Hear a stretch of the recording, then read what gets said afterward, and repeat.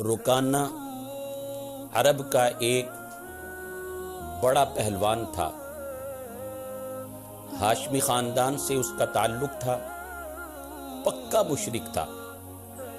کوہ عظم کے دامن میں شداب وادی میں بکریاں چرایا کرتا تھا۔ زبردست روب و دبدبے کا مالک تھا۔ کسی کی جرأت نہ تھی کہ اس کی وادی میں دم مار سکے۔ لوگ اس کے سامنے آنے سے کتراتے تھے۔ حضور علیہ السلام کے خلاف کفار و مشرکین کے ماندانہ پراپیگنڈے نے اس پہلوان کو آقا علیہ السلام کے شدید خلاف کر دیا، اور یہ آقا علیہ السلام سے شدید نفرت کرتا تھا، حتیٰ کہ حضور علیہ السلام کے قتل کے درپے ہو گیا۔ ایک روز ہمارے آقا صلی اللہ علیہ وسلم اس رکانہ پہلوان کی اس وادی میں جہاں وہ بکریاں چراتا تھا اکیلے تشریف لے گئے۔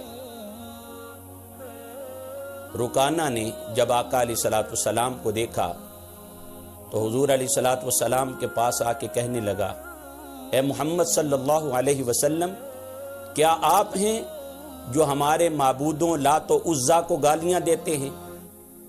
اور پھر مزید بے ادبی اور گستاخی کرتے ہوئے کہنے لگا کہ آپ ہمارے معبودوں کو کمزور اور اپنے ایک معبود کو طاقتور اور اعلیٰ سمجھتے ہیں۔ اگر تمہارے ساتھ خاندانی تعلقات کا معاملہ نہ ہوتا تو کب کا تمہارا کام تمام کر دیا ہوتا۔ آقا علیہ السلام کو کہنے لگا، اے محمد صلی اللہ علیہ وسلم، اگر آپ میرے ساتھ کشتی کریں، اگر آپ نے مجھے گرا لیا تو میں آپ کو اپنی بکریوں میں سے 10 بکریاں دے دوں گا۔ آقا علیہ السلام نے فرمایا، مجھے منظور ہے۔ میرے آقا صلی اللہ علیہ وسلم آگے بڑھے۔ حضور علیہ السلام نے جب پنجے میں پنجہ ملایا، جب اس کے پنجے کو مروڑا تو اس کے ہوش اڑ گئے، درد سے تڑپنے لگا۔ آقا علیہ السلام نے اس کو جھٹکا دیا تو خشک پتے کی طرح زمین پہ جا گرا۔ پھر دوبارہ کھڑا ہو کے کہتا ہے، دوبارہ میرے ساتھ مقابلہ کرو۔ میرے آقا نے پھر اس کو نیچے گرایا، پھر اٹھ کے کہتا ہے، اب پھر میرے ساتھ مقابلہ کرو۔ میرے آقا نے پھر اس کو زمین پر چاروں شانے چت گرایا۔ اب کہنے لگا کہ اے محمد صلی اللہ علیہ وسلم، یہ آپ نے نہیں کیا، یہ آپ کے معبود، آپ کے رب عزیز و حکیم نے آپ کی مدد کی ہے، اور میرے معبودوں نے لات و عزا نے مجھے ذلیل کروا دیا ہے۔ اب جب میرے آقا صلی اللہ علیہ وسلم کی یہ شان، یہ شجاعت، یہ بہادری، یہ طاقت دیکھی تو اب اس کے دل سے غبار اترنے لگا، کفر و شرک کا اندھیرا چھٹنے لگا۔ اب حضور علیہ السلام سے کہتا ہے، کوئی اور نشانی دکھائیں۔ قریب ایک درخت تھا۔ میرے آقا صلی اللہ علیہ وسلم نے فرمایا کہ اگر یہ درخت میرے پاس چل کر آ جائے۔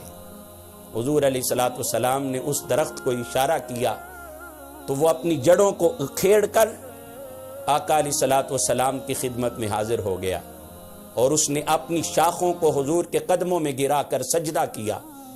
جب حضور علیہ السلام کے سامنے درخت کو سجدہ ریز ہوتے ہوئے اس نے دیکھا تو اس نے کہا، اے محمد صلی اللہ علیہ وسلم، میں یہ ساری بکریاں آپ کو دیتا ہوں۔ میرے آقا صلی اللہ علیہ وسلم نے فرمایا، مجھے بکریوں کی ضرورت نہیں ہے۔ میرے آقا صلی اللہ علیہ وسلم نے ساری بکریاں واپس کر دی۔ ادھر صحابہ کرام پریشان ہیں کہ حضور علیہ السلام اکیلے اس وادی میں تشریف لے گئے ہیں جہاں رکانہ نامی پہلوان، رکانہ جیسا پہلوان بکریاں چراتا ہے، اس وادی میں اکیلے تشریف لے گئے ہیں۔ تو صحابہ کرام پریشان ہیں۔ حضرت ابو بکر و عمر رضی اللہ تعالی عنہما تلاش کرتے کرتے وہاں تشریف لے آئے، آقا علیہ الصلوۃ والسلام کو دیکھ کر کہنے لگے آقا آپ اکیلے یہاں تشریف لے آئے، ہم آپ کو ڈھونڈتے ہوئے تلاش کرتے ہوئے یہاں پہنچے ہیں، حضور یہ رکانہ کی بستی ہے، یہ رکانہ کی وادی ہے۔ آقا علیہ الصلوۃ والسلام نے مسکرا کے فرمایا رکانہ کا تو علاج ہو چکا ہے۔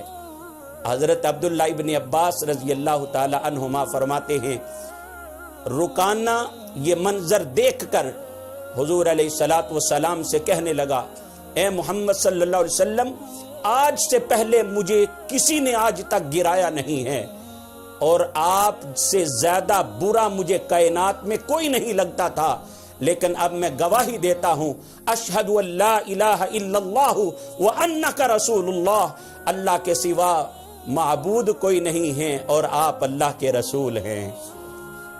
ارے رکانہ کو اپنی پہلوانی پر، شجاعت پر، بہادری پر، طاقت پر بڑا گھمنڈ تھا، بڑا ناز تھا، لیکن میرے آقا صلی اللہ علیہ وسلم نے 3 بار اس کو زمین پر دے مارا۔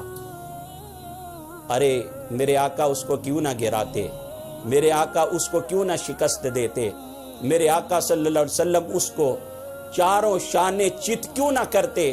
حضور علیہ الصلوۃ والسلام کو 40 جنتی مردوں کے برابر طاقت عطا فرمائی گئی ہے، اور ایک جنتی کی طاقت دنیا کے 100 مردوں کی طاقت کے برابر ہوتی ہے۔ تو جس کا آقا ایسا ہو تو اس کے غلام پھر ایسے کیوں نہ ہوں۔ شاہ مرداں شیر یزداں قوت پروردگار، شاہ مرداں شیر یزداں قوت پروردگار، لا فتح الا علی لا سیف الا ذوالفقار۔ اور شاعر مشرق علامہ ڈاکٹر محمد اقبال رحمت اللہ تعالی علیہ بولے تیری خاک میں ہے اگر شرر تو گمانے فقر و غنا نہ کر، تیری خاک میں ہے اگر شرر تو گمانے فقر و غنا نہ کر، کہ جہان میں ہے نان شعیر پر مدار قوت حیدری۔